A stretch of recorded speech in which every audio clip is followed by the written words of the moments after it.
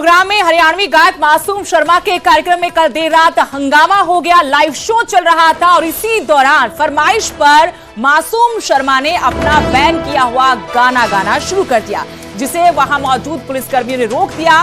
मासूम शर्मा के हाथ से माइक छीन लिया। इसी बीच में कुछ युवकों के साथ बाउंसर्स ने मारपीट भी की है। पुलिस ने कुछ लोगों को हिरासत में लिया। लेजर वैली पार्क सेक्टर 29 में ये लाइव शो चल रहा था।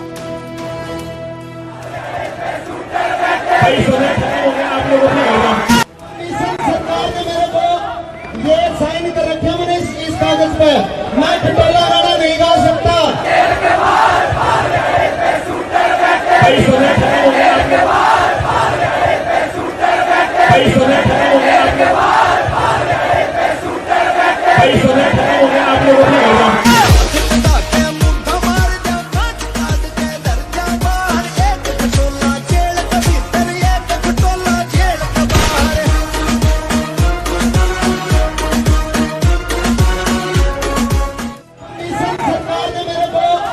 ये साइन कर रखे मैंने इस कागज पे, मैं खटोला राणा नहीं गा सकता।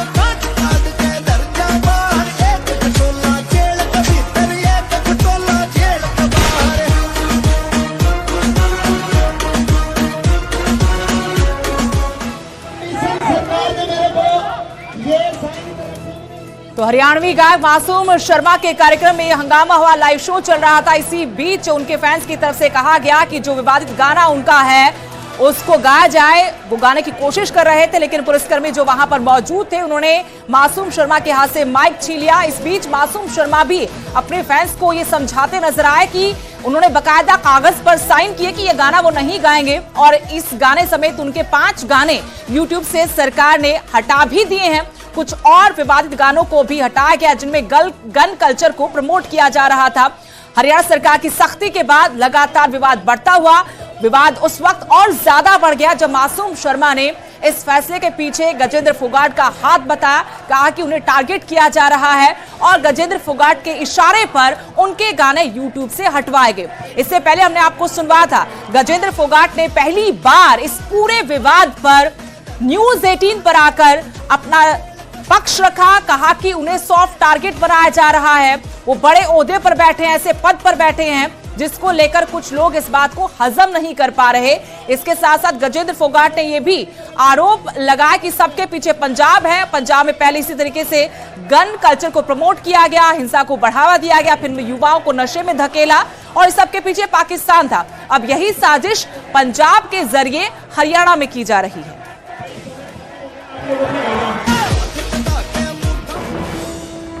खबरों में आगे बढ़ते हैं। कैबिनेट मंत्री अनिल विज ने औरंगजेब का महिमा मंडन करने वालों को आड़े हाथों लिया है। उन्होंने केजरीवाल के बयान पर तीखी प्रतिक्रिया दी, जिसमें केजरीवाल ने कहा कि भारत में अंग्रेजों से ज्यादा तानाशाह राज चल रहा है। वहीं उन्होंने पूर्व सीएम भूपेंद्र सिंह हुड्डा के एमएसपी वाले बयान पर कहा कि हुड्डा की कोई फसल है तो बता दें, उस पर भी काम किया जाएगा। वहीं बीजेपी सांसद धर्मवीर के बयान पर प्रतिक्रिया देते हुए कहा कि उनका निजी बयान है, जिसमें उन्होंने कहा था कि देसी दारू बनाने से किसानों की आय बढ़ेगी।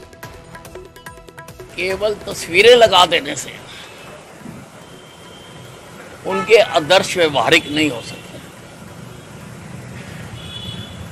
आदर्श पार्टी के या नेताओं के व्यवहार में झलकने चाहिए।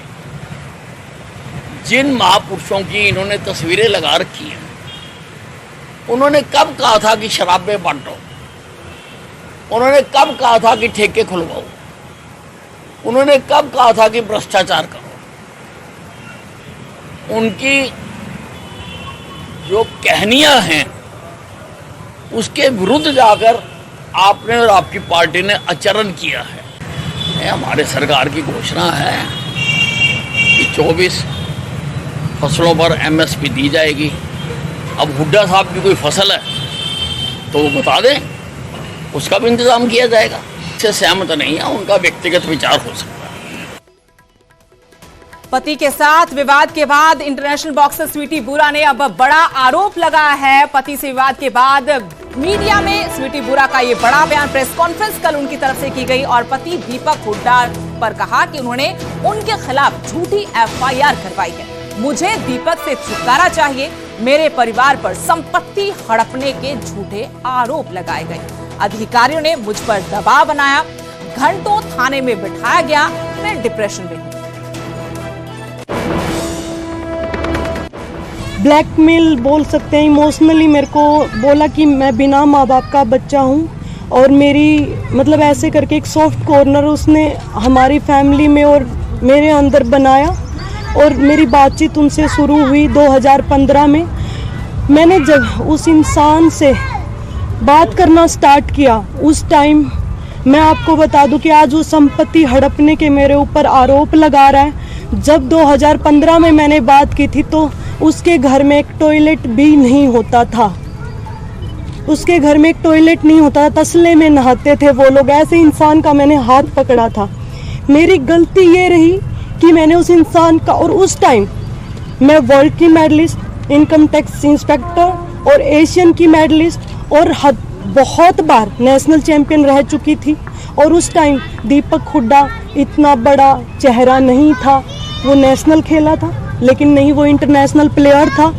अगर मुझे पैसे का लालच होता तो मैं क्या उस इंसान का हाथ पकड़ती उस टाइम। उसने विश्वास भी जीता मेरा और मेरे माता पिता का। हम उस पर ब्लाइंडली फेथ करते थे क्योंकि मेरे मम्मी पापा को वो ऐसे बोलता, मेरा माँ बाप नहीं है तो आप ही मेरे माँ बाप हो। और उस टाइम हमने उसके ऊपर बिल्कुल ब्लाइंडली फेथ किया। मेरा ये एक कसूर है कि मैंने किसी के ऊपर अंधा विश्वास किया।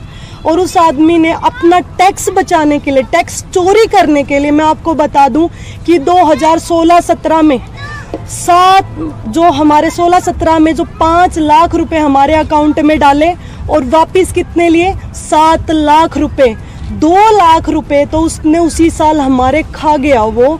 और वो बोल रहा है कि मैंने धोखा किया।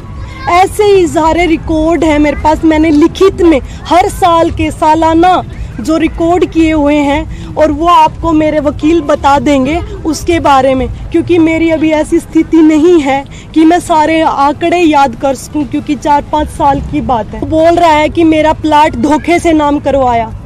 मैंने कौन सा धोखे से नाम करवा लिया? प्लाट भी आज भी उसी इंसान के नाम पर है।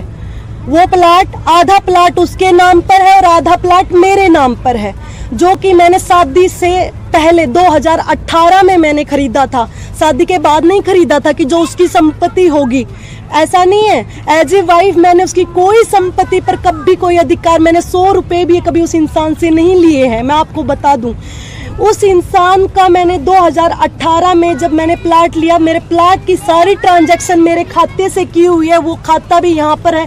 उसकी सारी डिटेल मैंने रोहतक पुलिस को भी दी हुई है। तो वो प्लाट के पैसे मैंने दिए हैं, तो वो प्लाट आधा उसका कैसे हो गया?